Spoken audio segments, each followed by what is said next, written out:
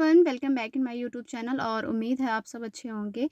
आज की इस वीडियो में मैं आपको बताऊंगी 3 या 4 साल के बच्चे के लिए जंपसूट कैसे बनाते हैं। जब भी गर्मियों का सीज़न स्टार्ट होता है और हमारे घर में छोटे-छोटे बच्चे हों तो हमें ये चीज़ें हमेशा याद आती हैं कि कुछ ऐसा बनाते हैं जिससे बच्चे हल्का-फुल्का फ़ील करें। तो आज इसी को देखते हुए मैंने ये टॉपिक स्टार्ट की है और मैंने सोचा कि आपके साथ ये वीडियो शेयर की जाए, जो कि बहुत ही ईज़ी है और बहुत ही यूज़फुल है हर एक के लिए। तो चलिए वीडियो स्टार्ट करते हैं और स्टेप बाय स्टेप आपको हर एक चीज़ बताते हैं। उससे पहले आपसे एक छोटी सी रिक्वेस्ट है कि अगर आप चैनल पे न्यू हैं तो चैनल को सब्सक्राइब करके बेल आइकन प्रेस कर लें। चलिए कटिंग स्टार्ट करते हैं। यहाँ मैंने बचे हुए फैब्रिक का ही यूज़ किया है और इसकी लेंथ और विड्थ मैं आपको बता देती हूँ। तो देखिए 2 फोल्ड में मैंने ये फैब्रिक लिया हुआ है, जिसकी लेंथ मैंने यहाँ से ली है 16.5 इंच और इसको मैं उल्टा करके इस तरह से 4 फोल्ड में इस तरह रख लूँगी। तो देखिए यहाँ से ये मेरा 4 फोल्ड में ये फैब्रिक है। तो जब भी आप सूट की कटिंग करिए तो आप सबसे पहले फैब्रिक को उल्टा कर लीजिए। तो देखिए इसकी लेंथ जो है 9 इंच है और यहाँ से ये विड्थ में 8 इंच है। अब शोल्डर मैं यहाँ पे रखूँगी तो 4 इंच मैंने यहाँ इसके लिए शोल्डर लिया है और हाफ इंच शोल्डर को पहले मैं डाउन करूँगी इस तरह, क्योंकि ये जंप सूट है और थोड़ा फिटिंग में नहीं होता है। अब यहाँ से आर्म होल मैं 4.5 इंच इस तरह से ले रही हूँ। मेक श्योर कि आप ऊपर जो 4 इंच रखें यहाँ पे भी आपको 4 इंच इस तरह से लाइन बना लेनी है। तो देखिए सिंपल यहाँ पे मैंने लाइन बना ली है। अब इसके बाद मैं फिटिंग रखूँगी तो फिटिंग मैं इसकी ले रही हूँ 6 इंच, 1.5 इंच यहाँ पे मैं मार्जिन ले रही हूँ। इसके बाद नीचे आपको एक्स्ट्रा रखना पड़ेगा क्योंकि यहाँ पे लूज़ रहेगा, लास्टिक या डोरी रहेगी, तो इसके लिए मैंने 7.5 इंच इस तरह से लिया है और लास्ट में मेरा जो मार्जिन है वो बिल्कुल थोड़ा-सा है, हाफ इंच के बराबर। अब जो भी मैंने निशान लगाए थे इन्हीं निशानों को इस तरह से आपस में मैच कर दूँगी। हाफ इंच जो शोल्डर मैंने डाउन लिया था यहाँ से इसको मैच कर दूँगी कॉर्नर से। अब नेक जो है फ्रंट और बैक दोनों बराबर ले रही हूँ, तो इसलिए डीप मैंने इसके लिए 3 इंच और विड्थ मैं यहाँ से ले रही हूँ 2 इंच इस तरह से। आप चाहें तो बैक नेक छोटा भी ले सकते हैं। तो यहाँ से देखिए दोनों चीज़ें मैंने यहाँ पे बराबर कर ली हैं। अब एक बॉक्स क्रिएट कर लूँगी और उसके अंदर मैं यहाँ पे राउंड शेप इस तरह से बना लूँगी। आर्म होल की साइड में आपको इस तरह से इसे राउंड कर देना है। या नीचे की साइड में मैंने एक्स्ट्रा इसलिए रखा है क्योंकि डोरी या इलास्टिक यूज़ करने के साइड में यहाँ पे प्लेटें आ जाती हैं। इसकी वजह से मैंने यहाँ पे लूज़ रखा है। तो देखिए सारे मेजरमेंट मेरे कंप्लीट हो चुके हैं। अब इसकी मैं कटिंग कर लूँगी। तो सिंपल यहाँ पे मैंने इसकी कटिंग कर ली है। अब मैं लोअर पार्ट को आपको बताऊँगी कि उसकी कटिंग कैसे करनी है। तो इसके लिए भी मैंने 4 फोल्ड में इस तरह से अपने फैब्रिक को लिया हुआ है यहाँ और इसकी लेंथ जो है 14 इंच है और विड्थ जो इसकी है 10 इंच है इस तरह से। अब आपको यहाँ पे बराबर करके रख लेना है अपने फैब्रिक को। यहाँ से आपको बिल्कुल बराबर रखना है। उसके बाद आपको क्रॉच एरिया इसकी लेनी है। क्रॉच एरिया मैं 9 इंच ले रही हूँ। क्योंकि छोटे बच्चे जो होते हैं पैम्पर्स वगैरह पहनते हैं, इसकी वजह से क्रॉच एरिया जो है मैंने एक्स्ट्रा लिया है। 1.5 पे इस तरह से निशान लगाया है। अब यहाँ पे सारी लाइनों को मिलाने के बाद में क्रॉच एरिया पे इस तरह निशान लगा रही हूँ। बॉटम में यहाँ से ले रही हूँ 8 इंच। अब यहाँ से आपको इस तरह से एक कर्व लाइन बना लेनी है और फिर इसी पे आपको इसकी कटिंग कर देनी है। तो देखिए जो भी निशान लगाया मैंने फिर उस पे उसकी कटिंग कर दे रही हूँ। अब मैं आपको स्टिच करके बताती हूँ। तो सबसे पहले आपको इस तरह से टॉप पार्ट लेना है।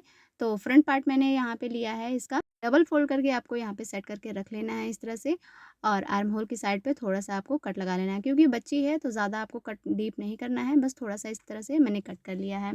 इसके बाद आपको सेंटर से इन पार्ट्स को अलग कर लेना है। यहाँ से देखिए बिल्कुल सेंटर पे यहाँ मैंने इसे अलग कर लिया है। अब यहाँ पे मैं पॉकेट का यूज़ करूँगी। तो देखिए 2 स्ट्रिप मैंने यहाँ पे ली है। एक स्ट्रिप को आपको देखिए यहाँ पे थोड़ा-सा विड्थ में ज़्यादा लेना है। 3 इंच मैंने लिया था बट ये एक्स्ट्रा था थोड़ा-सा। यहाँ पे इसे 2.5 ही लेना है। लेंथ को टॉप पार्ट के अकॉर्डिंग ही रखनी है। तो देखिए सबसे पहले आपको जो विड्थ में है उसको इस तरह से वन साइड पे रखना है। स्टिच करने के बाद में अंदर की तरफ पलट के इस तरह से आपको अटैच कर लेना है। दूसरी साइड को भी इसी तरह से सेम रखना है, रखते हुए अंदर की तरफ इस तरह पलट के आपको यहाँ पे इसे अटैच कर लेना है। सेम वैसे ही बनेगा जैसे आप लॉकेट को रेडी करते हैं। तो देखिए यहाँ पे मैंने इसे स्टिच कर लिया है। अब आपको इसे ऊपर रखना है। तो अभी इसे स्टिच नहीं करना है और यहाँ पे मैं इसका पिन का यूज़ कर रही हूँ। इसको स्टिच लास्ट तक भी नहीं करना है क्योंकि इसे ओपन ही रखना है। यहाँ पे मैं किसी बटन्स का या फिर आप किसी भी चीज़ का यूज़ कर सकते हैं। यहाँ पिन लगाने के बाद में अब मैं आपको बताऊँगी कि बैक पार्ट को यहाँ पे रखना है। रखने के बाद में शोल्डर्स को इस तरह जॉइंट कर लेना है। शोल्डर्स मैंने जॉइंट कर लिया है। अब पिन को यहाँ से हटा देना है।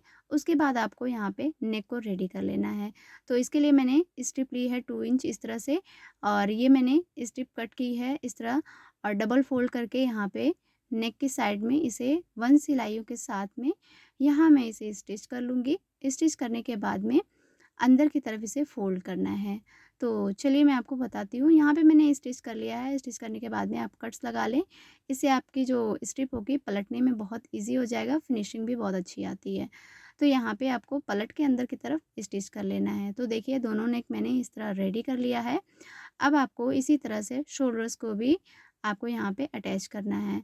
तो देखिए यहाँ पे स्ट्रिप मैंने यहाँ ली है 1.5 इंच इस तरह, और इसको भी इसी तरह डबल फ़ोल्ड आपको रखना है। डबल फ़ोल्ड रखने के बाद में थोड़ा-थोड़ा सा इस तरह रखते हुए आपको इसकी सिलाइयाँ लगा लेनी है। सिलाइयाँ लगाने के बाद में अंदर की तरफ आपको इसको भी पलट के सिल लेना है। तो दोनों शोल्डर्स मैंने कंप्लीट कर लिए हैं। टॉप पार्ट तो मेरा रेडी हो चुका है। अब यहाँ पे इसकी फिटिंग लगा लेते हैं। सिंपल आपको बराबर रखना है और दोनों साइड में आपको फिटिंग का निशान लगा लेना है। तो टॉप पार्ट मेरा रेडी हो गया है। अब मैं आपको बताती हूँ यहाँ से लोअर पार्ट को। तो देखिए यहाँ पे सबसे पहले आपको लोअर पार्ट को क्रॉच एरिया की साइड में आपको अटैच करना है। क्रॉच एरिया आपको दोनों साइड में अटैच करने के बाद में यहाँ पे इसका लुक जो है कुछ इस तरह से आपको देखने को मिलेगा। तो देखिए यहाँ पे मैंने इसे अटैच किया। अब यहाँ पे बॉटम जो है ये किनारी साइड का था मेरा, तो मैंने डबल फोल्ड तो नहीं किया है, बस सिंगल फोल्ड में ही इस तरह आपको इस तरह अटैच कर लेना है। तो मैंने यहाँ पे सिंगल पार्ट में अटैच किया है। अगर आपकी किनारी साइड है तो आप भी इस तरह से अटैच कर सकते हैं। क्रॉच एरिया भी मैंने इस तरह सिल दी है। तो सारा कुछ यहाँ पे कंप्लीट हो चुका है। अब आपको दोनों पार्ट्स को आपस में जॉइंट करना है। तो आप दोनों पार्ट्स को इस तरह से ले लीजिए और यहाँ पे आप देख लीजिए कि ये दोनों चीज़ें बराबर आ रही हैं कि नहीं। तो उससे पहले आपको टॉप पार्ट में 1 इंच इस तरह से पॉकेट की साइड में यहाँ पे आपको स्टिच कर लेना है। तो देखिए 1 इंच मैंने यहाँ पे इसे स्टिच कर लिया है। अब आपको यहाँ पे इसकी लेंथ जो है आपको देख लेनी है कि ये बिल्कुल फिट आ रहा है कि नहीं। अगर आपको थोड़ा भी इधर-उधर हो रहा है तो क्रॉच एरिया साइड में आप थोड़ा-सा उसे सिल के बराबर ला सकते हैं। तो यहाँ पे आपको देखिए क्रॉच एरिया को मिला के बॉटम के एक साइड पे आपको यहाँ पे एक कट्स लगा लेना है और सेम इसी तरह दूसरी साइड पे भी आपको कट लगा लेना है। कट लगाने के बाद में अब यहाँ पे आपको टॉप पार्ट को सीधा रखना है और लोअर पार्ट को उल्टा रखते हुए इस तरह अंदर करना है और सारे इस तरह से निशान को मिला लेना है। तो देखिए किनारे के निशान के बिल्कुल सेंटर पे आपको इस तरह रखना है और यहाँ पे मैंने एक पिन अप कर लिया है। दूसरी साइड में भी आपको सेम इसी तरह से करना है। टॉप पार्ट की सिलाई को इस तरह से मिलाना है और लोअर पार्ट की कट को इस तरह से मिलाते हुए मैंने यहाँ पे पिन कर लिया है। पिन करने के बाद में आपको इस तरह से अटैच कर लेना है। तो देखिए मैंने यहाँ पे अटैच कर लिया है। थोड़ा-सा मेरा जो था वो मैच नहीं हो रहा था, तो मैंने क्रॉच एरिया सिल के उसे बराबर कर लिया है। तो अब यहाँ लास्टिक का यूज़ करना चाहें आप तो लास्टिक का यूज़ कर सकते हैं। मैंने यहाँ डोरी का यूज़ किया है, इसके लिए मैंने 2 इंच का इस तरह से फैब्रिक लिया है स्ट्रिप और इसे दोनों साइड में आयरन करने के बाद में यहाँ पे मैं इसे अटैच करूँगी। तो इसे मैंने कैसे अटैच किया है वो मैं आपको सिल के दिखाऊँगी पूरा कंप्लीट। तो देखिए यहाँ पे आपको नीचे की साइड में आपको हटा लेना है फैब्रिक को। देखने में आपको टफ़ लगेगा लेकिन जब आप इसे स्टिच करने जाएँगे तो ये बहुत ईज़ी है। इस स्ट्रिप को मैं आगे की तरफ फ़ोल्ड नहीं करूँगी क्योंकि ये मेरी किनारे की साइड है। तो इस तरह से मैं सीधा बिल्कुल रख लूँगी। अगर आप ये सोच रहे हैं कि इसको सिलने में आपको जगह कम मिल रही है, तो ऐसा बिल्कुल भी नहीं है क्योंकि पॉकेट साइड में जो है ना वो बिल्कुल ओपन है, तो आप इजीली इसे स्टिच कर सकते हैं और बिना किसी प्रॉब्लम के। तो देखिए यहाँ पे वन साइड मैंने स्टिच कर लिया है, जो भी एक्स्ट्रा पार्ट है आप यहाँ पे कट करके अंदर की तरफ फोल्ड करके बिल्कुल इसके पास में लाके आपको दोनों पॉकेट को दोनों स्ट्रिप को इस तरह से लाके आपको अटैच कर लेना है। यहाँ पे मैं कई सिलाइयाँ इस तरह से लगा लूँगी जिससे ये मेरा स्ट्रिप जो है वो पक्का हो जाएगा।